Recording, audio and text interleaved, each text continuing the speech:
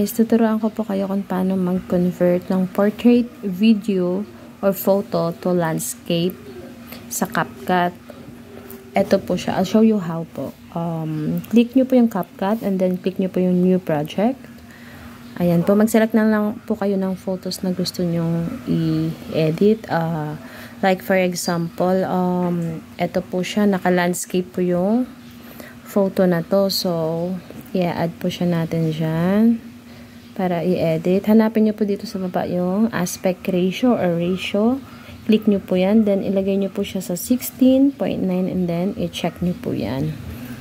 So, naka-landscape yung photo na kinuhanan nyo or videos man yan.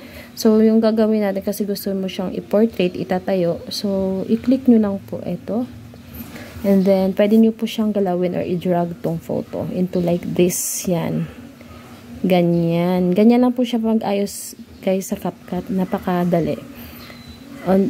And then, nakikita nyo yung background niya. Both sides is black.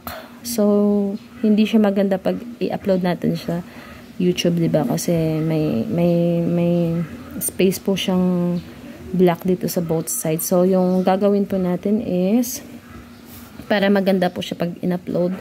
Hanapin po natin yung background. Punta po tayo sa background. Click nyo po yung background. Then, click nyo po yung blur. And then, choose lang po kayo ng photos na 4. Dito sa blur, lagay po natin eto. Eto po yung gusto kong photo. Kaya, diba, maganda siya tingnan kasi yung photos is whole na siya. Nagiging landscape na po siya. Hindi na po siya black background. So, gagawin po natin is check lang po natin yan. Okay? And then, bago nyo po siya i-export, punta po kayo dito sa pinakadulo. I-click nyo po yung nakikita nyong ending dito. I-click nyo po yan para hindi siya masali dun sa dulo ng video. Like yung, yan.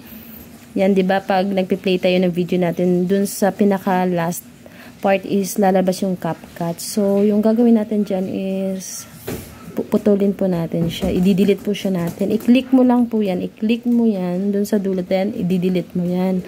Para pag nag-play ka ng video mo like that, hanggang dun sa dulo, hindi lalabas yung CapCut. Ayan lang po guys. Ayun! Sana guys may natutunan kayo sa aking simple tutorial on how to convert vertical videos or photos into landscape sa CapCut.